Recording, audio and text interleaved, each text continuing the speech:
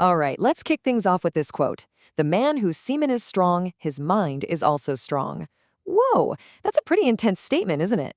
It comes from traditional Unani and Ayurvedic literature, and it makes this direct link between physical vitality and mental strength. So you gotta wonder, is there something to this ancient wisdom? Well, that's exactly what we're gonna dive into. We're gonna look at where these old beliefs meet modern health to unlock the secrets of male vitality. So yeah, we're diving deep into this idea of the power within. We'll be blending that ancient wisdom with what we know from modern health to really help you understand what's going on and how you can protect and even boost your own vitality. Okay, so here's the game plan. First up, we're going to talk about why semen is seen as this huge source of vitality. Then we'll break down what it's actually made of. After that, we'll get into the modern day stuff that's, well, not so great for it. But don't worry, we're not just going to leave you there. We'll talk about how to build that strength back up. And we'll wrap things up with a super practical remedy you can literally make in your own kitchen. Sound good? Let's jump in. All right, first things first, why does any of this even matter? I mean, why is this topic so key to our overall well-being? Let's dig into that traditional viewpoint on where a man's core energy really comes from. You know, for literally thousands of years, these ancient systems of medicine, they've looked at a man's semen, or virya, as something way, way more than just for making babies. They saw it as the absolute essence of a man's power, like the single most potent and precious thing his body could possibly produce. And this really gets to the heart of it. The idea is simple. When this vital fluid is strong, it strengthens your entire being. We're talking a sharp mind, solid bones, powerful muscles, the whole package. But on the flip side, if it's weak or depleted, that weakness is thought to just seep into everything, affecting both your mind and your body. So what's the big deal? I mean, what is it about this stuff that makes it so special? Let's get a little closer and look at what it's made of to see where all this supposed power comes from. Okay, at its most basic level, semen is a mix of two things, sperm cells and fluids. Simple enough, right? But here's where it gets really interesting. The way these ancient traditions saw it, they viewed it as a complete living organism all on its own, right there inside the body. It was like a little testament to the sheer power of nature.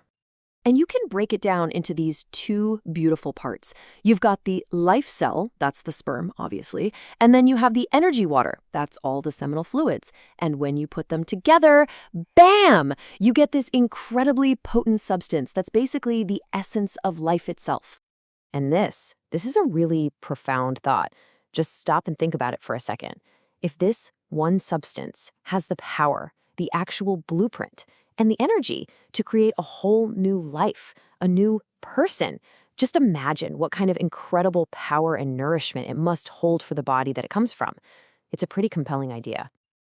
Okay, but here's the thing. In the world we live in today, this vital force is, well, it's constantly under attack. So let's talk about the big things out there that are chipping away at our internal strength.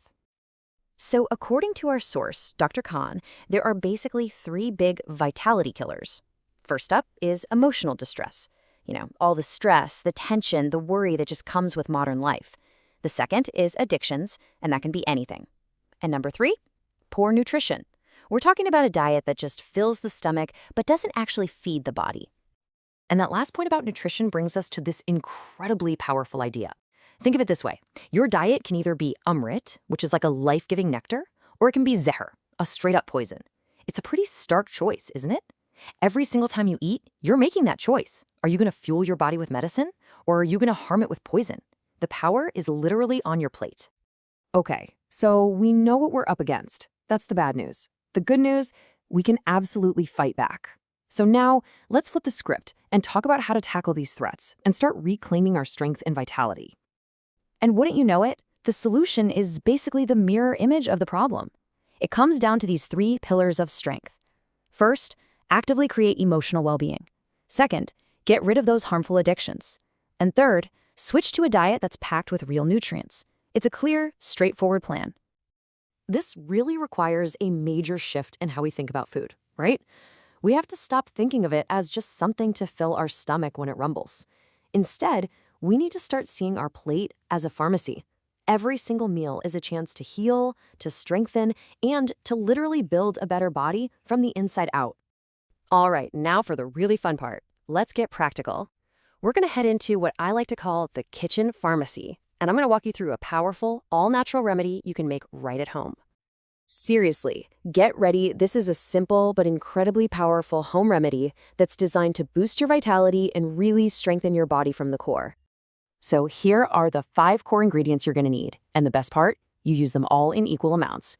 We've got ashwagandha, which is an amazing adaptogen. Then macana, also known as foxnuts. Next up is safed muesli, a really famous herbal tonic. Then we have kalonji or nigella seeds, total superfood. And finally, good old almonds, a powerhouse of healthy fats and protein. Okay, how you prep these is really important to get the most out of them.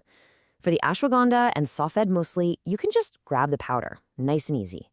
For the macana, you'll want to roast them in a little bit of ghee first and then grind them into a powder. And for the kalonji and the almonds, just give them a light dry roast in a pan that helps release all their amazing oils, and then powder them up too.